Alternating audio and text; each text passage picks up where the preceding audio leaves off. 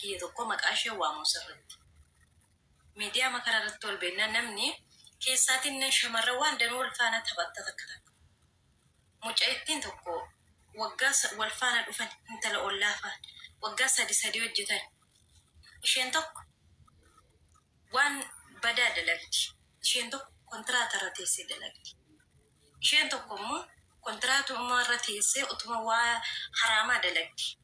Waan haraamaa dalagdi. Waraqaa mataa isheetiin hoteela gurguddaa kanarra hojjetti maallaqa guddaa argatti. Isheen miskiin isheen tokko immoo kontiraatuma keessa teessee dalagdi. Naannoo tokko mana tokko bitatanii ijaarratan. Maqmaaqsamti kun dubbii dhugaati. Isheen tokko oddee kee dhaqxe mana ijaarte kana goote ati maallaqa kana eessa dhaqatte ati kana jedhee abbaan manaa caqacaqa. Isheen sun kan isheen kun ji'a sadiitti argattu ji'atti argatti waraqaa mataa isheetiin hojjetti. Isheen kun kontiraata irra diraama 1,000 argatti. Isheen sun 2,500 ji'atti argatti. Jennaan lakki intalettiin duriyyeedha. Annam akkasii miti gaafattu. Waan isheen qabdootiin qabdu jedheen haadha warraasa. Sababa tokko malee kanatti abbaa warraashii xallaqxe. Wayin hiikte. Ejjiiti maallaqa kannaa ergii kan jedhu faatu jira salphaamatti. Waan akkasii irraati. Dubartii jabduu gaafa taate isa kabajjii of kabachiistee jiraatta. Abbaa warraa keetii haraama irratti hin dalagin irratti hin sagaagalin. Jireenya kee hojjedhu garuu hojii kee irratti kana uffatta malee kana hidhatta malee hojii kana hojjechuu hin dandeessu. Manuma madaamii teessee hojjetta malee kana barachuu hin dandeessu kana gochuu hin dandeessu yoo ta'e daangaa sitti darbate la isa akkasii gurran kenniniif. Maalee abbaa warraa keetii si kabaja si jiraachisuu danda'a taana sin amanu taanan dura maa biyyaa si baase si danda'a si fuudha miti. Rakkoon sana miti shamarranumti keenya gaa'elatti galuuf ilaallatanii deemuu yoo jette parsantii 100 muraasa. Kaawwan bareeda dhiiraa laalanii fiigu uffata dhiiraa laalanii fiigu kaawwan qabeenyuma xiqqoon ilaalanii fiigu malee ofii kan koo hojjedheen fakkeenyaaf amma dhiira makiinaa qabu dhiira mana qabu jenna baay'een keenya. Ani makiinaa sana hojjedhe taanaan bituu nan danda'a. Mana sanas hojjedhe taanaan ija maaliif anaa fi dhiira sana ko saalatu gargar nu godhe malee hojii inni hojjetu kam hojjechuu nan danda'a. Caalmaa isaatti iyyuu dhugaan isinii jedha. Shamarran keenya maallaqa guddaa argattu biyya Arabaa kanarratti. Kunammaan kontiraataa irra hin jira. Shamarra birrii gaarii argataa jirra. Dhugaa dubbachuuf taanaan diraamni miti kumni tokkoyyuu har'a 50,000tti siqaa jira. Yeroo diraamni 700 jiruuyyuu kaffalamuyyuu ijoolleen hojjetan irra bakka gaggaarii jiran. Dadhabinni keenya saayikoon keenya akka shamarran biyya Amaaraa kanatti yaannu nuti. Maallaqa argannu dhiiruma irratti gadhiisu. Maallaqa argannu biyyumatti facaasu. Kunis birrii ergi jedha. Kunis birrii ergi jedha. Seefii godhataa deemaa birrii keessan. Waggaa 2, 3, 4 hojjettee dadhabdeetta taanaan qaawwa sana duuchuu hin dandeenye taanaani deebii ofitti. Maallaqa qofa biyyatti ergumti. Bor gaafa biyyatti galte hojii tokko keessatti daaraa taata. Galtee deebitee haraqee baastamoo, galtee deebitee ganaa gabaa keessa teessee nagaddamoo, ganaa mana keetti bantee mashataa nagaddamoo. Sitti ulfaata jireenyi biyya keenya amma akkitti nuti biyyaa baanii fi akki har'a jiraatan fardaanna samaayinaa madiriidha waliin argu. Dhugaan isiniin jedha. Asitti jireenya kanatti bartanii galtan har'a birriin illee baay'ee ol ka'eera. Yoo xiqqaate mindaan nama tokko 50 gadi mitirra warri nyaataa jirtan. Wanti hundi biyya namaatti bartaniittu jireenya biyyaa immoo gaafa galtan akkatti isiniin kaffalamu jireenyi qaala'iidha. Wanti isin yaaddanii fi wanti isin godhachuu biyya galtan waan isinii fudhachuu gaafa diduu sammuun keessan ni miidhama. Otoo sanan ta'in dura olis haa ta'u gadis haa ta'u birrii waggaa tokkoof walakkaa seefii godhatte taanaan laayisensii kee fi ID kee harkaan hin gaatta. Jaallattus jibbitus birrii waggaa tokko walakkaa harka keetti jibbite wagguma 2 yoo seefii godhatte birrii garagaraa si fayyaduuf laayisensii kee baafatta ID kee hojjechiifatta. Gaafa sana ati warqiidha. Beektan biyya kanatti shamarran diraayiverii taate diraama 2,500 haga 3,500 tun ejjitti. Gaafa immoo Waaqayyo si gargaare ID dhuunfaa kee qabaatte makiinaa dhuunfaa kee bitatte taanaan hoteelota gurguddoo kanarra diraayiveriidhaan deemteellee nyaata raabsuu irratti barbaaddattee galuu ni dandeessa. Mana madaamis immoo yoo hojjette birrii 2,500 gadi hojjettu.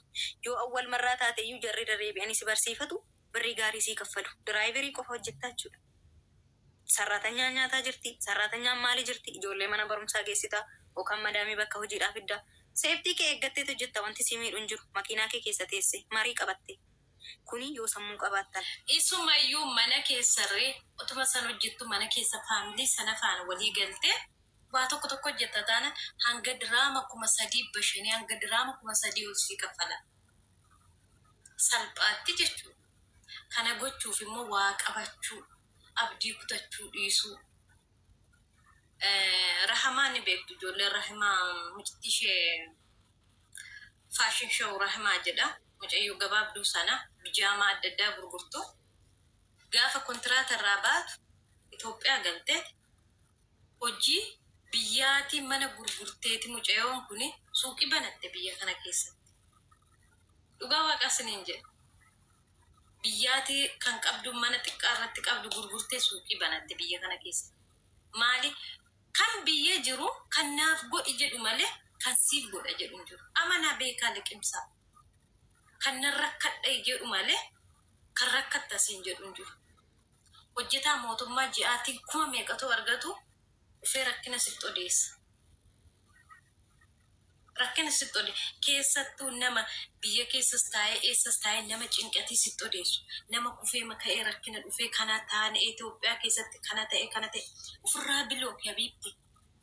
Yoo duuneyyuu nun biyya namaa keessatti ji'a meeqa teesseetti reeffigee Itoophiyaatti gala. Otoo hojii qabu, otoo gadi bahee qansiraa hojjechuu danda'u yeroo hunda keessattuu dhalaas taate, dhiiras taate, cinqii rakkinaa cinqatii sammuu sinitti odeessu taana ofirraa bilooki. Haadha yoo qabaatte haadha keef abbaa kee hin dagati. Du'aayin haadhaaf abbaa wayin immoo eebbi haadhaaf abbaa eessattuu si biraa nafu. Orma nyaachisuu duuriyyee mataa farrazattee mana bunaa jala ooltee nyaachisuu keerra haadha keef abbaa kee gatii maddaa biraa tokko bitiifi mana hun qaban ta'ee itti ijaarre. Isaaniif iyyuu yoo gootu daangaatiin godhi daangaa qaba waan hunduutu bara. Daangaatiin godhiifi.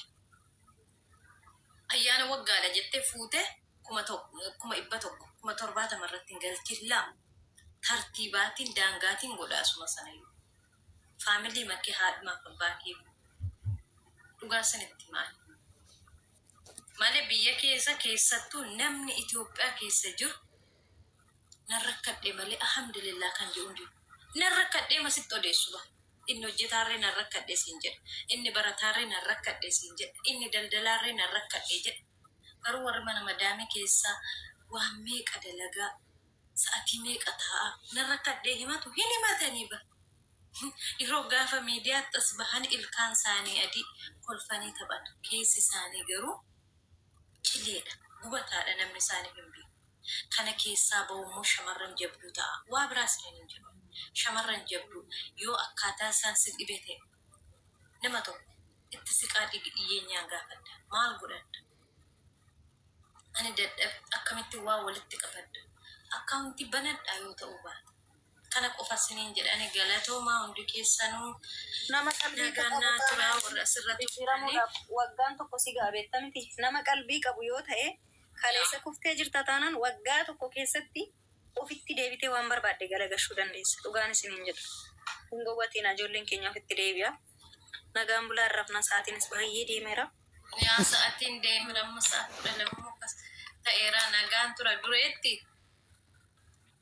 Yaa Rabbi kun yoona karuftiin asii mooyitii qabattee karuftii jala janti yoo. Eenyu ammoo? Baay'aadha miti. Durettiin dhuftee as jirti bara. Jira dhugaa galata waaqana Feera jettee guyyaa tokko laayivii irratti. Nagaadha wayii ijoollee biraa wajjin. Maktaba jirtaa? sagalee jiraam kanaaf hidhee muutii qabadhee taa'aa jira. Haalli bira. Xaayibaa bira jirti.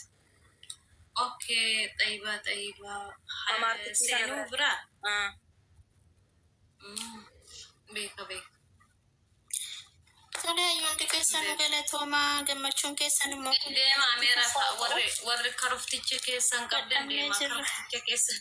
Hin qabnu sabii. happy birthday siin jenneerraa biiftu. Maafiyatu Keekii keenya Ani guyyaa dhaloota kiyyaa miti.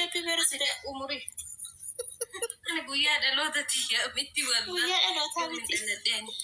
ijoollee guyyaa dhaloota kiyyaa miti umuriin kiyya akkantti ilmaamutti garuu 48 ወይም 52 እናንተ isa mo waan saaddanuu baasi kaa.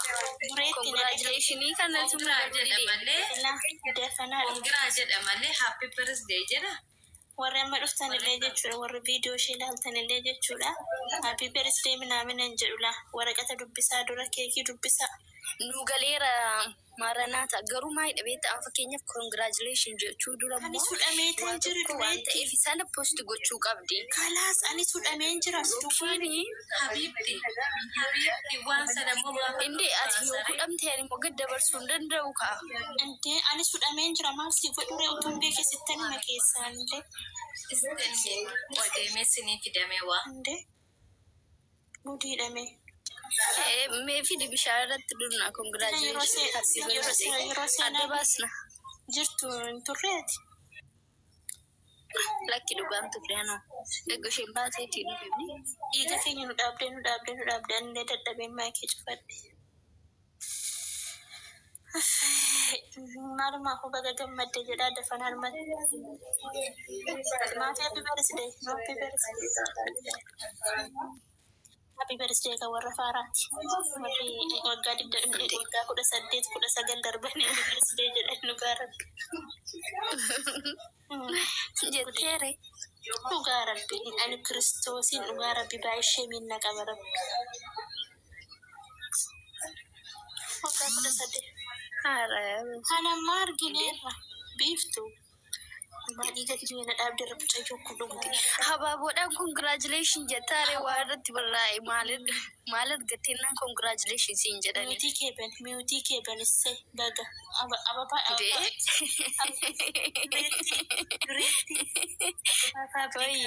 ababaa faabrikaa bittee bakka. Indee isadha dhuguma isa jammarte ta'innaay mana hojiisa. Ababaa faabrikaa nu balte. Biiftuu Lakki waama yoona shawwaa dhatte ta'innaay mucaan kun wayyaa warra shawwaa fedhanii foofu. fudhachuu hin oolanii. Muutiirra jirta biifo. Isti Muutiirra jirta. mul'atu hin mul'atu abaabochi. Mandiin tokko as jala jirame suura naa kaafatuuf karooftichi. Shuf.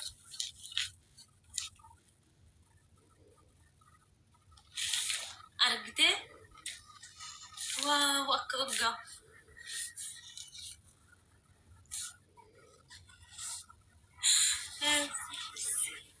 Deemtanii rabdanii argitee?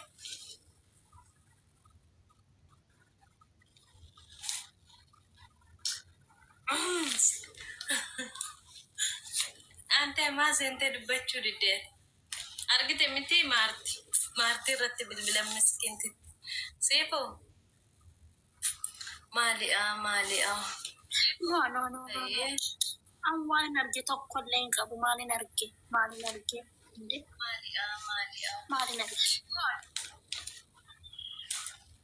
Argite kuno. Waan ababaadha ka ababaa mudde. Goolsiti.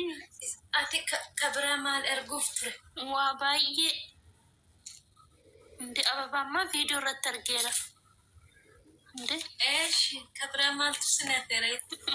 maaltu sinatti gaaffii keenya numa beekta deebii kennuu qabda kanaaf. Maalumaafuu guyyaa eeggadhaa hundi keessanii jiru. Inni sapiraayizii dhagaaf tokko. Billicci jedhannis dhufe.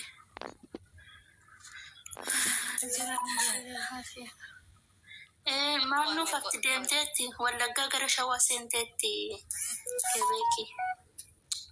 Nagaatti jedhaani geggeessa. Nama wayii galcha jennaan naaseenuu didee ba. Geggeessaa nagaadhaan. Nan dadhabee maal dadhabe? A'uus billa innichi kunoo watu bahee gadi. Wayi moyti qaba. Wayi moyti qabadhu wayiin gadi bahi maa inni? Maaltu ta'e? Eenyudha? Qome gooftaa ta'e takka. Qoy biifoo. No qoy. Moyti qabadhu jedhani waan inni qaama. Moyti qabadhu jennaani